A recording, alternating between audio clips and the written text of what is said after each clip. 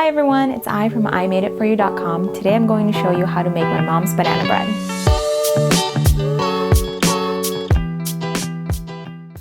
It's really moist. Sorry if you hate that word, but it is. It's really moist. It's rich from the butter.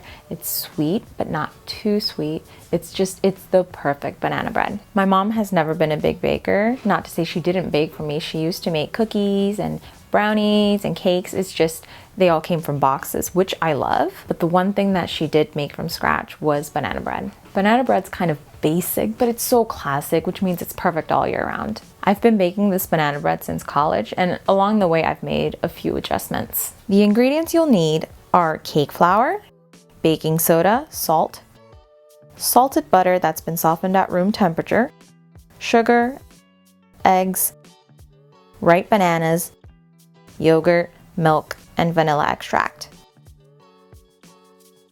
Most banana recipes call for all-purpose flour, but I love using cake flour. Cake flour is finer and has a lower gluten content, so it creates a soft, tender, and very moist banana bread.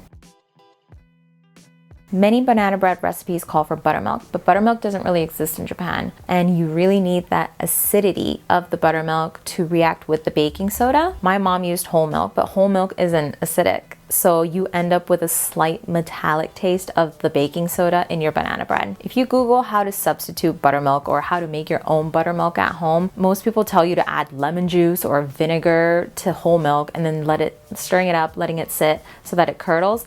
That method's never worked for me. What I like to do is to mix yogurt and milk or sour cream and milk at a 1-to-1 ratio.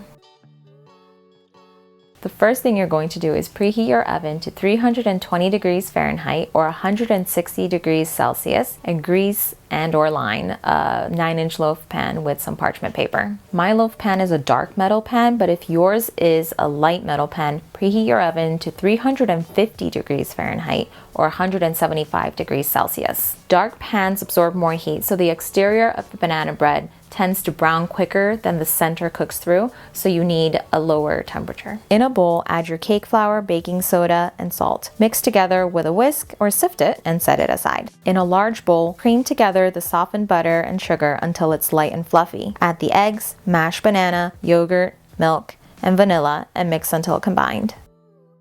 So once your wet ingredients are combined, add the flour mixture into the wet mixture and stir only until combined. Pour the batter into the prepared pan and bake for about 1 hour and 15 minutes, which is 75 minutes, and test it by sticking a skewer or a spaghetti into the center. If it comes out clean, it's done. Let it cool in the pan for about 5 minutes before taking it out onto a wire rack to cool completely.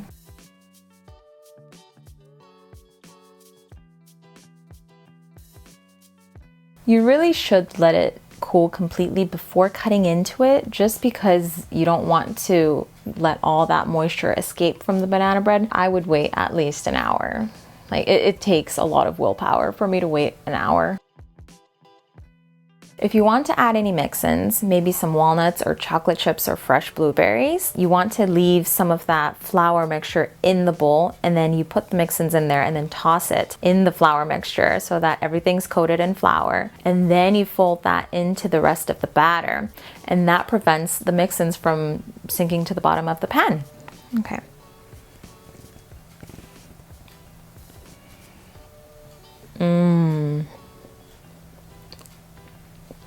So moist.